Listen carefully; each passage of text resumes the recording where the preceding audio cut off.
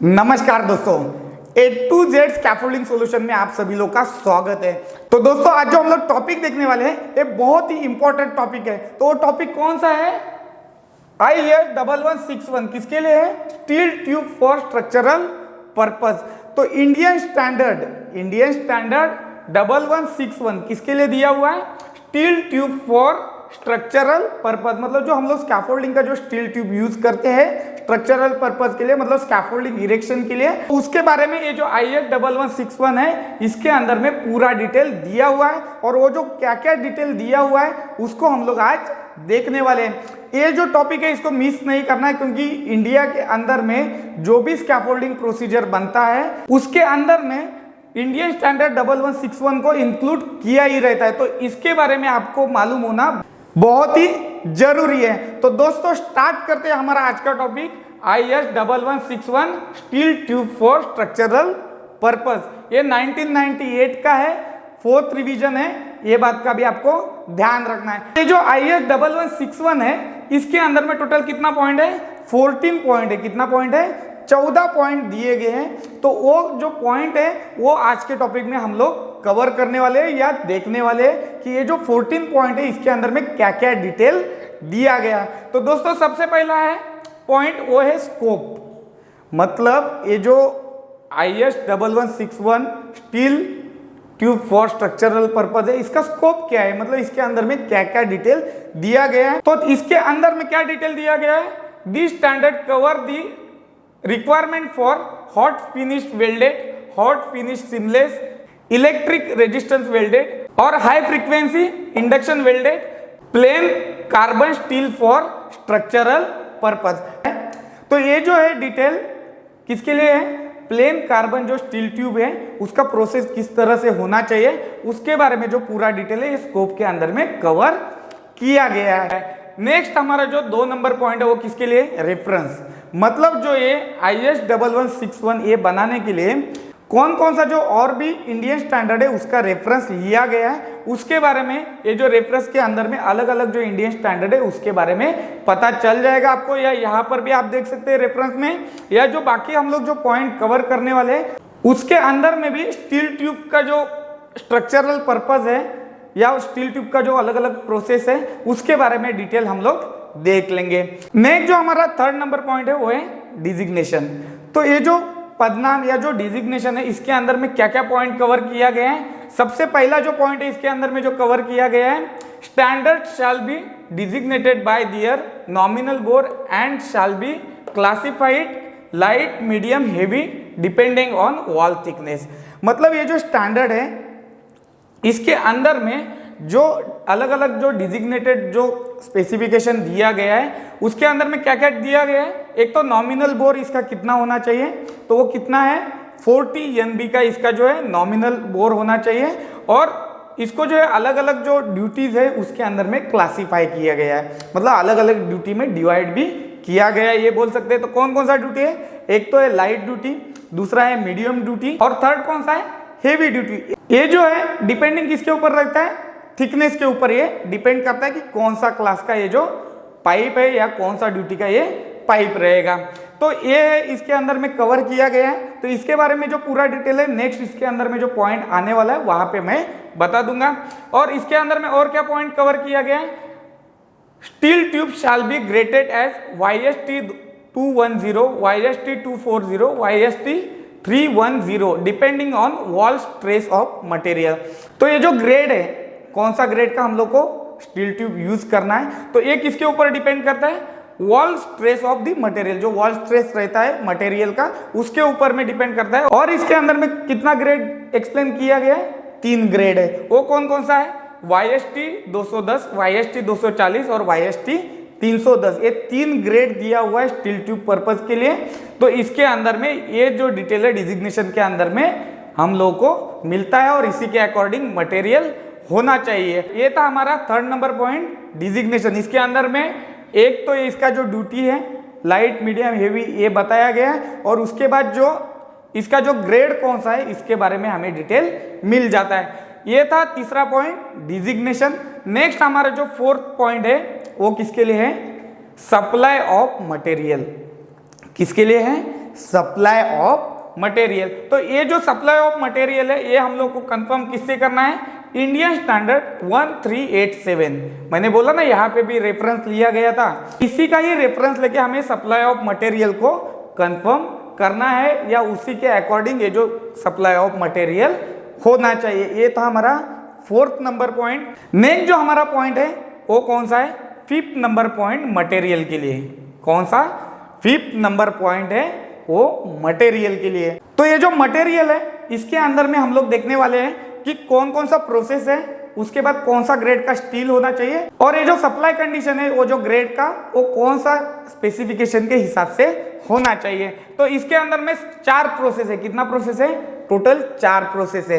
तो सबसे पहला प्रोसेस कौन सा है, HFW। कौन सा, HFW, हॉट फिनिश वेल्डेड, ये है इसका पहला प्रोसेस। तो इसका जो स्टील है अकॉर्डिंग टू 10748 के हिसाब से होना चाहिए, और जो सप्लाई कंडीशन है वो YST 210 और YST 240 के अकॉर्डिंग किया जाता है या किया हुआ होना चाहिए। तो ये था हमारा HFW प्रोसेस के लिए, इसका ध्यान रखना है। सेकेंड प्रोसेस है कौन सा है, HFS। हम लोगों ने स्कोप के अंदर में भी देखा था, हॉट फिनिश सीमलेस।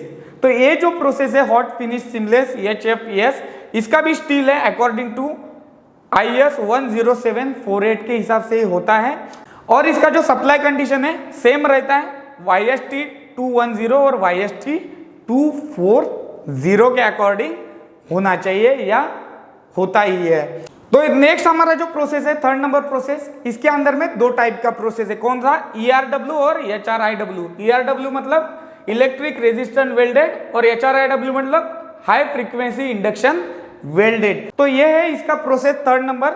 ये दोनों प्रोसेस को कंबाइन किया गया है। इसके लिए जो स्टील है सेम ग्रेड है IS 10748, और इसके अंदर में जो सप्लाई कंडीशन है ये YST 210 YST 240, ये जो हमारा कॉमन था HFW के लिए और HFS के लिए भी कॉमन था, वही सेम ERW के लिए भी है और HRIW का जो प्रोसेस है उसके लिए भी है। और इसमें एक जो एडिशनल सप्लाई कंडीशन जो ऐड होता है वो है YST 340। ये बात का आपको ध्यान रखना है। हम लोगों ने इसको डिजिग्नेशन जो हमारा पॉइंट है इसके अंदर में भी देखा था कौन कौन सा जो प्रोसेस है। जो मटेरियल हमारा जो 5th नंबर पॉइंट है इसके अंदर में थोड़ा डीपली या जो स्पेसिफिक दिया गया है। तो ये है इसका प्रोसेस, उसके बाद जो स्टील और इसका जो सप्लाई कंडीशन किस हिसाब से होना चाहिए मटेरियल का, ये बात का आपको ध्यान रखना है। नेक्स्ट जो हमारा पॉइंट है 6th नंबर पॉइंट, किसके लिए है, डायमेंशन एंड वेट। मतलब जो हमारा स्कैफोल्डिंग का जो स्टील ट्यूब है स्ट्रक्चरल पर्पज के लिए उसका डायमेंशन कितना होना चाहिए और उसका वेट कितना रहता है। तो यहाँ पर सबसे पहले हम लोग समझते हैं कि हम लोगों ने स्टील का जो क्लास है वो कितना देखा था, 3 देखा था। कौन कौन सा था, एक तो है लाइट, मीडियम और हेवी, ये 3 क्लास का ट्यूब रहेगा। इसके अंदर में हम लोग 3 टाइप का जो हम लोगों ने क्लास देखा था उसका जो थिकनेस है और उसका जो वेट कितना रहता है इसके बारे में डिटेल में देखेंगे। तो ये जो है लाइट ड्यूटी जो क्लास का जो ट्यूब है उसका जो थिकनेस है कितना होना चाहिए, 2.9 mm। कितना, 2.9 mm लाइट क्लास के लिए जो स्कैफोल्डिंग ट्यूब होना चाहिए। और इसका जो वेट रहता है पर मीटर में, मतलब 1 मीटर में कितना वेट रहता है, 3.23 kg रहता है लाइट क्लास के लिए। ये बात का आपको ध्यान रखना है, ये 1 ही मीटर का वेट है, मतलब 1 मीटर में 3.23 kg रहेगा। नेक्स्ट हमारा जो क्लास है मीडियम क्लास या जो मीडियम ड्यूटी। तो ये जो मीडियम ड्यूटी या जो मीडियम क्लास है इसका जो थिकनेस कितना होता है, 3.2 mm का होता है। और इसका जो 1 मीटर जो स्कैफोल्डिंग ट्यूब है उसका वेट कितना रहता है, 3.56 kg रहता है वेट। ये बात का ध्यान रखना है, ये भी 1 मीटर के लिए। जितना मीटर का आपका पाइप रहेगा उसी के हिसाब से ये जो वेट है बढ़ते जाएगा, ये बात का आपको ध्यान रखना है। नेक्स्ट हमारा जो क्लास था कौन सा, हेवी क्लास या जो हेवी ड्यूटी का जो स्कैफोल्डिंग ट्यूब है कितना mm का रहता है, 4 mm का। तो और इसका जो वेट कितना रहता है 1 मीटर में, 4.57 kg रहता है। 1 मीटर जो ट्यूब है उसका वेट कितना रहता है, 4.57 kg रहता है। इसके अंदर में मेन तो हम लोग को यही बात ध्यान रखना है, इसका डायमेंशन जो है वो नॉमिनल बोर कितना होना चाहिए, 40 MB का डाया होना चाहिए और आउटर जो डाया है 48.3 mm होना चाहिए, मतलब ओडी जिसको बोलते हैं। हम लोग इसी को ही सिलेक्ट इसके लिए किया क्योंकि जो नॉर्मल या जो यूजुअली हम लोग जो स्कैफोल्डिंग ट्यूब यूज करते हैं वो 40 MB डाया का ही यूज करते हैं और आउटर डाया जो उसका रहता है 48.3 mm ही रहता है। इसके लिए उसी के बारे में हम लोगों ने यहाँ पे डिटेल देखा है। उसके बाद जो है और भी बहुत सारा टाइप का अलग अलग थिकनेस का अलग अलग जो इसका डाया का जो पाइप है उसके बारे में भी डिटेल दिया हुआ है, लेकिन यहाँ पर हम लोग रेगुलर यूज जो करते हैं ट्यूब उसी का ही हम लोगों ने यहाँ पे डिटेल देखा है। जो पूरा बात है 6 नंबर पॉइंट के अंदर आपको ध्यान रखना है डायमेंशन और वेट के अंदर में। तो ये था हमारा जो पूरा डिटेल डायमेंशन और वेट के अंदर में, ये बात का आपको ध्यान रखना है। नेक्स्ट जो हमारा पॉइंट है 7 नंबर पॉइंट किसके लिए है, वर्कमैनशिप मतलब कारीगिरी। जो स्कैफोल्डिंग ट्यूब है उसका वर्कमैनशिप कैसे होना चाहिए या किस हिसाब से वो बनाया गया होना चाहिए। तो इसके अंदर में सबसे पहला पॉइंट है शैल बी क्लीन फिनिश, मतलब जो स्कैफोल्डिंग ट्यूब है वो पूरा क्लीनली या जो फिनिशिंग उसका जो है सही से होना चाहिए, सही ढंग से बनाया गया होना चाहिए। उसके बाद free from crack and defect. जो स्कैफोल्डिंग ट्यूब है उसके अंदर में क्रैक या कोई भी डिफेक्ट नहीं होना चाहिए। अच्छा वाला जो ट्यूब हम लोग को यूज करना है या जो वर्कमैनशिप है उसी के अकॉर्डिंग हम लोग को ट्यूब बनाना है। तो ये जो थर्ड पॉइंट है इसके अंदर में वो क्या है, एंड कट क्लियरली, मतलब जो स्कैफोल्डिंग ट्यूब है उसका जो दोनों एंड रहता है उसको क्लियरली कट करना है। इसके अंदर में जैसे कि क्रॉस कट ऐसा कुछ भी नहीं होना चाहिए, क्लियरली कट उसको किया जाना चाहिए स्कैफोल्डिंग ट्यूब को। ये बात का ध्यान रखना है। कौन सा नंबर पॉइंट में, 7 नंबर पॉइंट वर्कमैनशिप मतलब कारीगिरी, मतलब ये किस हिसाब से ट्यूब बनाया जाना चाहिए इसके लिए इसके अंदर में पूरा डिटेल दिया हुआ है। ये बात का आपको ध्यान रखना है। नेक्स्ट जो हमारा 8 नंबर पॉइंट है वो किसके लिए, गैल्वेनाइजिंग। किसके लिए है, गैल्वेनाइजिंग। तो ये जो स्कैफोल्डिंग ट्यूब है ये जो गैल्वेनाइज करते हैं या जो गैल्वेनाइजिंग होना चाहिए तो इसके अंदर में पूरा डिटेल दिया गया। तो इसके अंदर में क्या डिटेल दिया गया है, tube requirement galvanising condition the zinc coating on tube conforming requirement tested method specified in IS 4736। मतलब जो स्कैफोल्डिंग ट्यूब है उसका जो रिक्वायरमेंट है गैल्वेनाइजिंग कंडीशन, ये तो क्लियर है। तो इसके ऊपर में जिंक कोटिंग भी किया जाता है या किया गया होना चाहिए। और ये जो जिंक कोटिंग करेंगे इसको जो conforming requirement and tested method specified in IS 4736, मतलब ये जो गैल्वेनाइज कंडीशन में जो जिंक कोटिंग करेंगे तो ये किसी ना किसी स्टैंडर्ड के अकॉर्डिंग ही हम लोग को करना पड़ेगा। तो ये जो स्टैंडर्ड या जो इसका जो टेस्टिंग है मतलब सही से हुआ है कि नहीं या किस हिसाब से हम लोग को करना है, वो सब जो मेथड है हम लोग को किस स्पेसिफिकेशन के हिसाब से हम लोग को कंफर्म करना है, इंडियन स्टैंडर्ड 4736 के अकॉर्डिंग ही गैल्वेनाइजिंग कंडीशन है। और जो जिंक कोटिंग हम लोग करते हैं उसको इंडियन स्टैंडर्ड 4736 के अकॉर्डिंग ही इसका जो मेथड है या जो टेस्टिंग है वो किया जाना चाहिए स्कैफोल्डिंग ट्यूब का। ये बात का आपको ध्यान रखना है क्योंकि ये बहुत ही इंपॉर्टेंट। नेक्स्ट जो हमारा 9 नंबर पॉइंट है किसके लिए है, straightness of the scaffold tube. मतलब स्कैफोल्डिंग ट्यूब हम लोग जो यूज करने वाले हैं उसका जो सीधापन है मतलब स्ट्रेटनेस है उसके बारे में इसके अंदर में डिटेल दिया हुआ है। तो इसके अंदर में क्या डिटेल दिया गया है, tube shall not divide straightness by more than 1 mm in 600 mm length.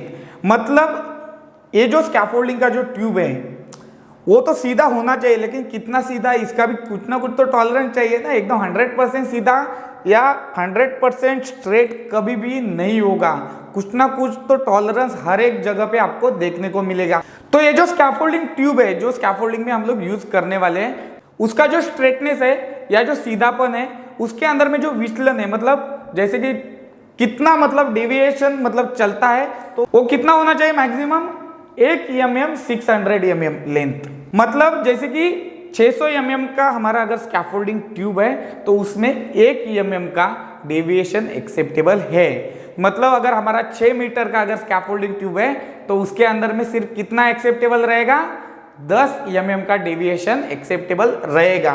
तो ये बात का आपको ध्यान रखना है स्ट्रेटनेस के अंदर में, क्योंकि जो भी स्कैफोल्डिंग ट्यूब हम लोग यूज करने वाले हैं या यूज करेंगे वो जो है स्ट्रेट होना ही चाहिए। तो 600 mm लेंथ में मतलब 600 mm लंबाई में वो सिर्फ कितना एक्सेप्टेबल है, 1 mm एक्सेप्टेबल जो है डेविएशन है, ये बात का आपको ध्यान रखना है। नेक्स्ट जो हमारा पॉइंट है, कितना नंबर पॉइंट है, 10 नंबर पॉइंट है, वो किसके लिए है, length of the scaffold tube, मतलब स्कैफोल्डिंग ट्यूब का जो लंबाई है कितना होना चाहिए या किस हिसाब से हम लोग जो है परचेस करना है, तो इसके बारे में डिटेल दिया गया है। तो सबसे पहले इसके अंदर में इंपॉर्टेंट बात ये ध्यान रखना है, tube shall be supplied in normal length 4 metre to 7 metre, मतलब जो स्कैफोल्डिंग का जो ट्यूब है वो जो नॉर्मल लेंथ है वो कितना रहता है, 4 मीटर से 7 मीटर तक इसका जो है लेंथ रहता है अकॉर्डिंग टू IS 1161।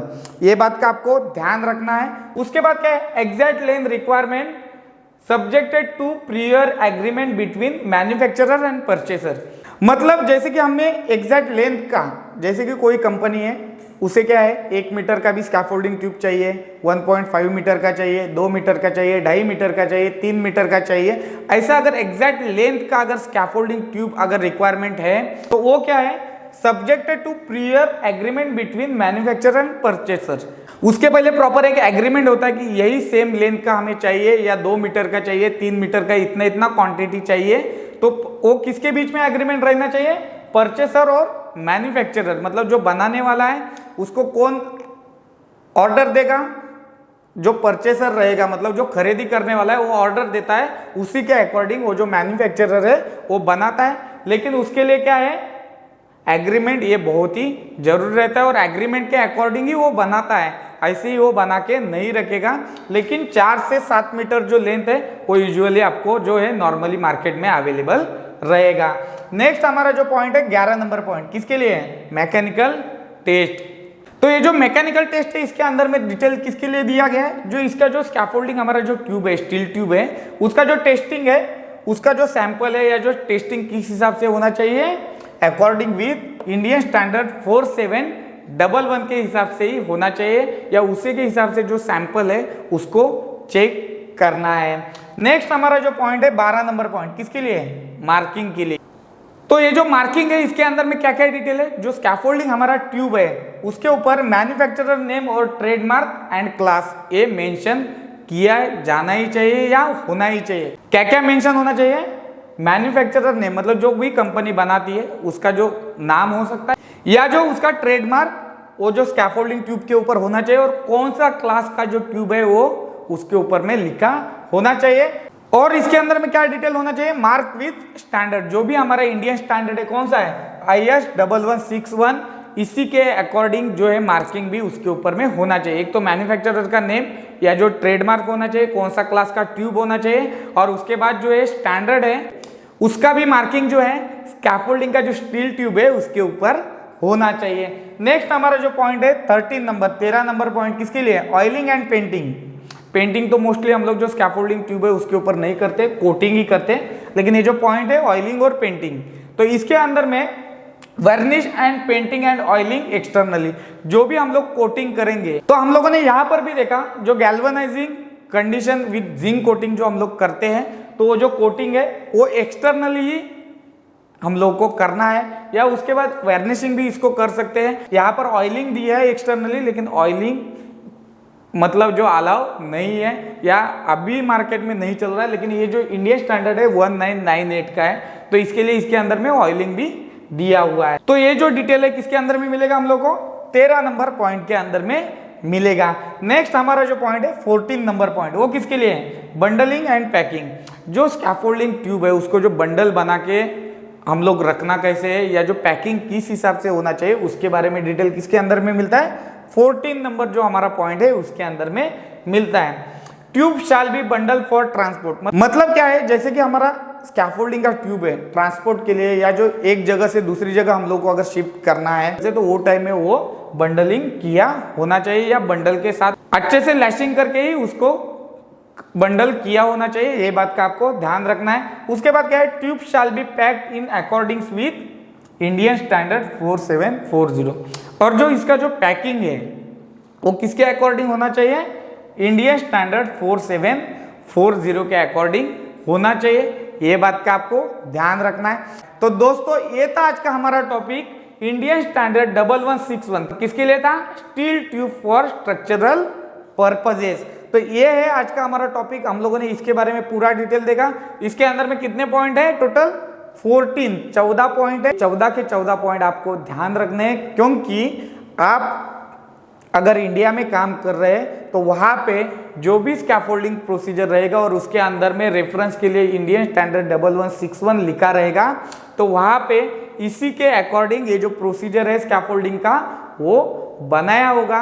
ये बात का ध्यान रखना। इसके लिए आपको भी अगर स्टैंडर्ड मालूम होगा तो प्रोसीजर आप पढ़ेंगे तो आपको तुरंत समझ में आएगा कि किस हिसाब से होना चाहिए। तो आपको भी समझ आएगा जो इंडियन स्टैंडर्ड 1161 है किसके लिए है? Steel tube for structural purposes के लिए, और इसी के अंदर का रेफरेंस हम लोगों ने लिया हुआ है। तो दोस्तों ये था आज का हमारा topic, Indian standard 1161 steel tube for structural purposes. तो इसके बारे में हम लोगों ने पूरा डिटेल देखा है। तो दोस्तों फिर मिलेंगे नए टॉपिक के साथ। धन्यवाद दोस्तों।